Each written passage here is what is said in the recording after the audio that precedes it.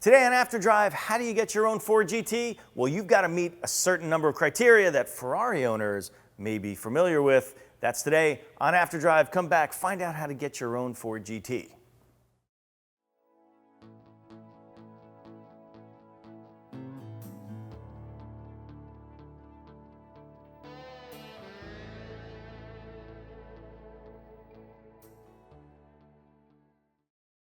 Hey, so welcome to After Drive. We're here in the Drive studio.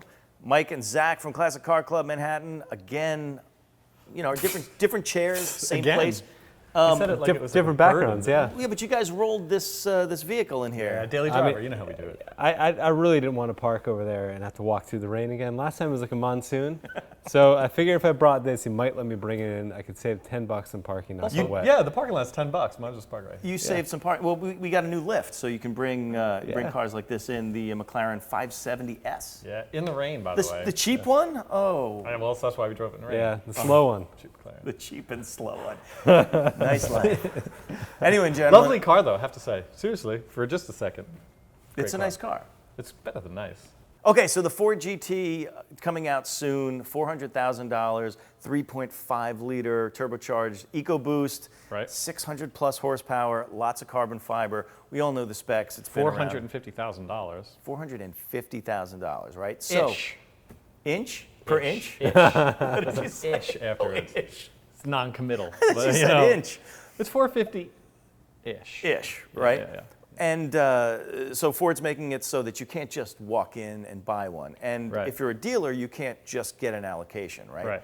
So what's been happening is, as Ferrari buyers are used to, they have to meet certain criteria, right? So Ferrari owners have always already had a couple of Ferraris, probably, you know, a few to get the latest allocation. Well, if it's like the Ferrari, you got to own a lot of them. Half the times they make you buy a used one before you could just buy whatever model you want, right? You can't just walk into a Ferrari dealership and buy a new Ferrari. You have to. It's not pleasant. You have to work your way into the inner circle and beg and own. We owned probably 12, 13 Ferraris before we were able to order one. Yeah. Well, I mean, of course, it's going to be a long time for scumbags like us to go on. But in the club, you guys, you know, the club members and you guys put a ton of miles on it. Like, how many miles would you put on, like, the first Ferrari that you got, which was what, a 360 or a 450, 420? We had a 430. We put a 420.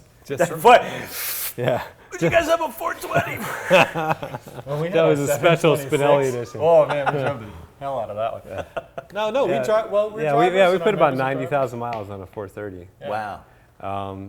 And yeah, we have 2 458s right now. I thought I would just own the first one for a year and sell it before we put too many miles on it. And when I went to sell it, we had 22,000 miles on it in a year. Wow. So yeah, we do put a lot of miles, which is also interestingly kind of contra to the Ford application process.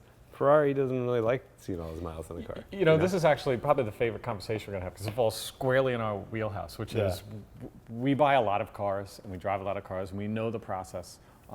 Speaking of Ferrari, a very unpleasant process of giving somebody $300 and something thousand. It should, you know, I should be coddled. I don't know, something. Well, they should. I mean, they should at least treat you, if you're not in the club yet, they should at least treat you like they might want you in the club. Yeah, it's that. But it comes down to marketing, right? And on this other side of the spectrum, we have our own automotive creative marketing agency, the 90. And so we look at it from both ways. And we also have a members club, so we get it from all three all ways, different directions, right? But like, it's like whenever we're like, oh, I gotta go buy a 4.5, we've owned 3 4.58s. It's always like, here we go. However, Ford, American Ford, right, who has never really generated a lot of anticipation and desire in sort of a wait list. They have for like their limited edition Mustangs and things on a level. But I'll say from the launch of the Ford GT, very Apple and very cool. Like that was the only thing at the auto show last year that nobody knew about. Just that was amazing. Yeah. They just blew the whole auto show up, right? And it was really cool. They didn't leak it out. It wasn't the NSX. Yeah. Detroit, none of that. They didn't make a Kickstarter for They did a it. very good job of creating instant desire without the baggage of watching this thing develop and happen. It was like, hey, by the way, we just have the coolest thing in automotive history for the year. It's great. And now, you know, so we've owned 2 Ford GTs, and probably 15 Fords, and great Fords too, not all limited edition Mustangs and things. And I find myself in the position of having to apply a bit of a dancing monkey about the whole thing. Yeah. But I didn't feel, it didn't upset me to do it. I was just like, okay, I have to dedicate time to this, but it's actually like a little bit of fun for me because, it didn't have the pomp about it. It was a chance to tell a story, yeah.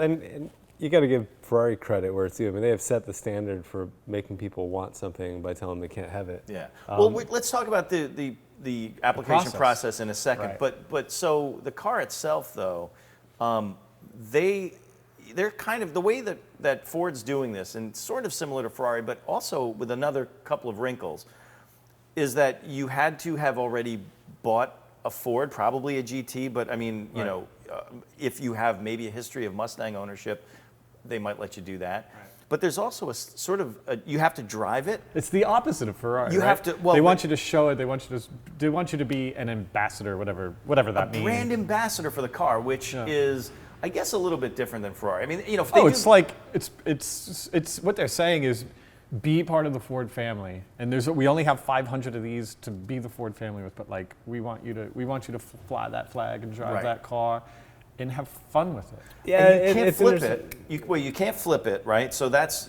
in your contract where you can't just turn it over. We might flip it. Come on. Oh, you mean upside down? Yeah. We like to ragged edge it, Don't hit the curb, man.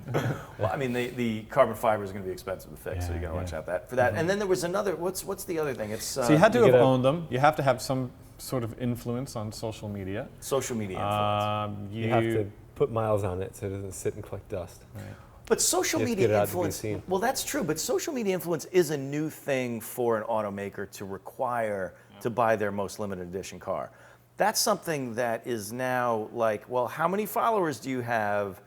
How many people are going to see it as you're driving it? Are you going to open up the ownership experience to the outside world, and do you have a following enough to make that work? What if you're that guy who has a Ford GT or anything else, and you have 100,000 followers because they all follow you, putting up reckless videos going down the highway at 160 miles an hour? Is that a positive? Is that a negative? If you're Ford? If you're Ford, it's probably a negative, but I mean, they might have a morality clause that would say that you can't break the law in it, and if you sort of flout the traffic laws in any way. I mean, I don't know. That's something that if they're going to open it up to media, I mean, and I don't mean the big media. I mean, not you. Individual people's media, right? Instagram stuff, social media stuff. They're going to have to limit what those people can do with the car. And that's a brand new thing. That's somewhere that automakers have never been in before. The other thing is that you had to make a video, obviously. Right. So say that, right? And it kind of opens it up to everybody in the world. So we made our video. This is a really interesting It was weird for me. Because there are a bunch of videos out now that people have made, and some people sort of make it. It's sort of they sort of did it as if it were like a job interview or something. Or if they thought they were going to win it, like an essay contest, like they were going to win the car. If you give me a Ford GT, right? There's a lot of that. Exactly. You still have to spend the $450,000-ish. But some people, it was just great fun to watch the varying production levels. Some people reading a book report. Other people are blasting away in the 4 or 5 that they already have. It's it's all strokes. It's the whole thing. And it was kind of fun to watch. We tried to go, I don't know, with ours, I didn't want to be pick me, Ford. I don't know. I don't know. We tried to class it up. Well, your production values are much higher. Yeah. I mean, what are you gonna do? We're trying to be the everyman on this one, right? We were trying to reach that Americana Ford look. A common thread, I found a few of them, is people showing the empty spot where the Ford belonged. And I have to say, we sort of implied an empty spot. We sort of took a page out of someone else's book there, but here's where the car would be, and where all of my Instagram followers would see it. Every day we'll have 300,000 Instagram followers if I had a Ford GTC. So it's right. Help me, Ford. Help me get some Instagram followers. Right?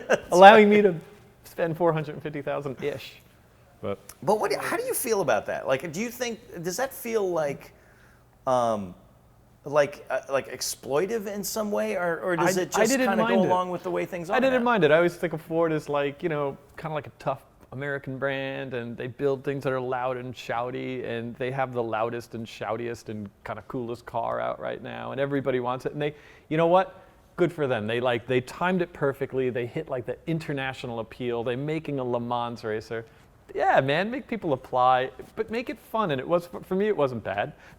Actually, it wasn't bad for me because I feel like maybe we're in good standing. So like, yeah, this will get one. Right. But it was a bit like, it was a competition. It was a competition, and it felt like a competition, and it didn't feel like I was pandering to an Italian sports corporate. You know what I mean?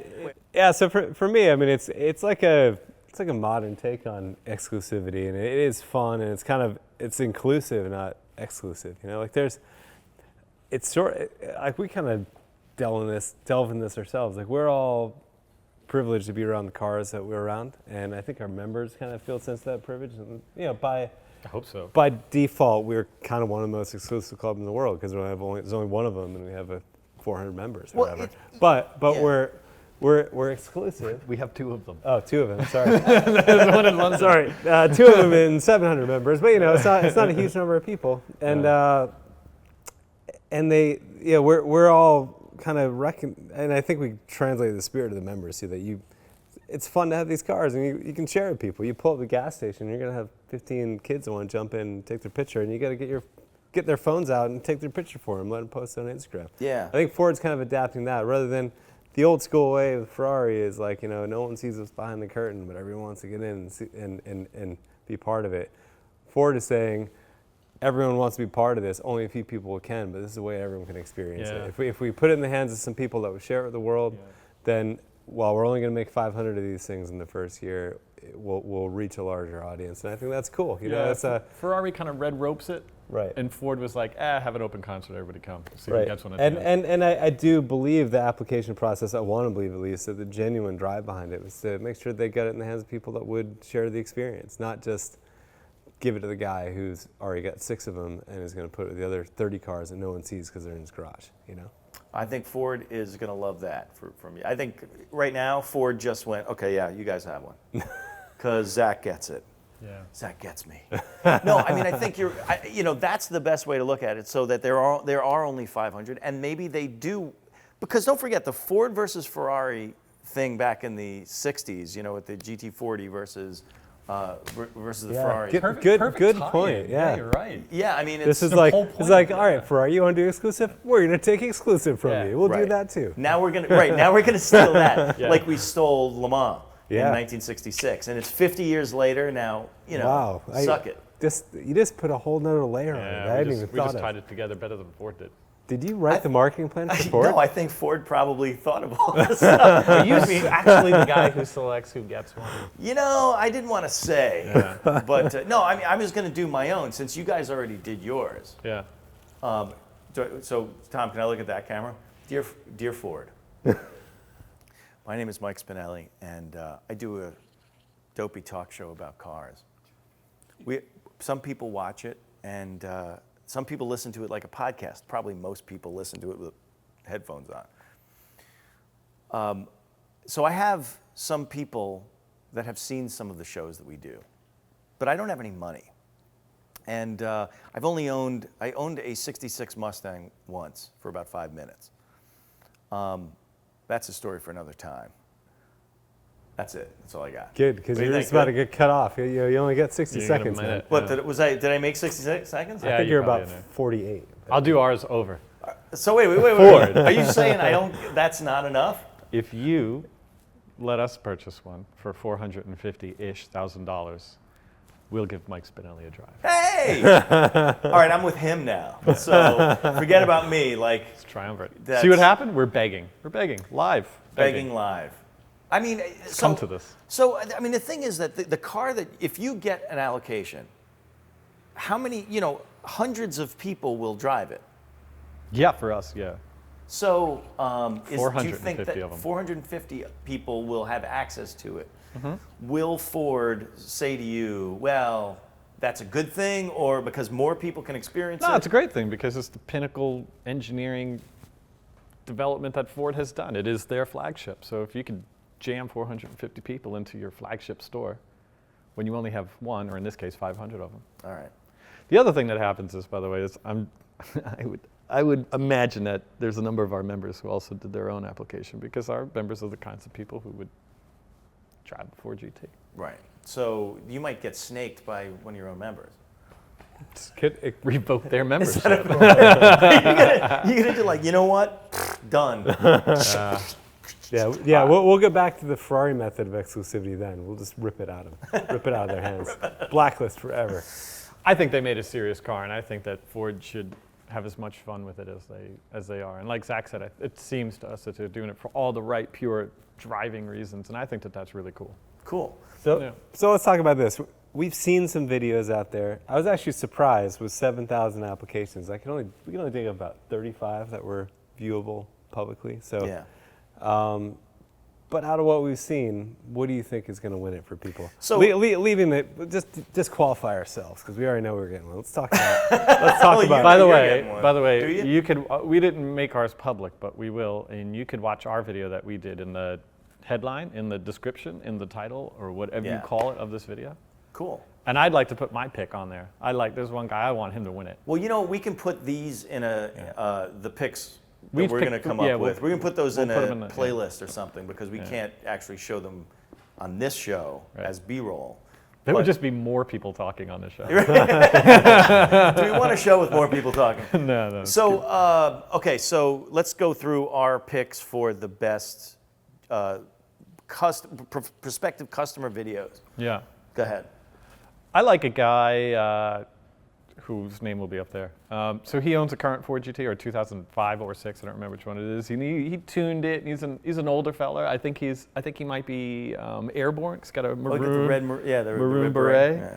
And he brings his to car shows, and he unleashes it on what looks to be like really straight sort of Midwest roads. And he's just genuinely a genuine Ford fan. He's an all-American Ford fan, and he's put his hand in his pocket before. I think he raced a 350 in 1966. So this guy's been part of the brand for 50 years, and I think that that's cool. He's just a regular, well, not a regular cat, a vet.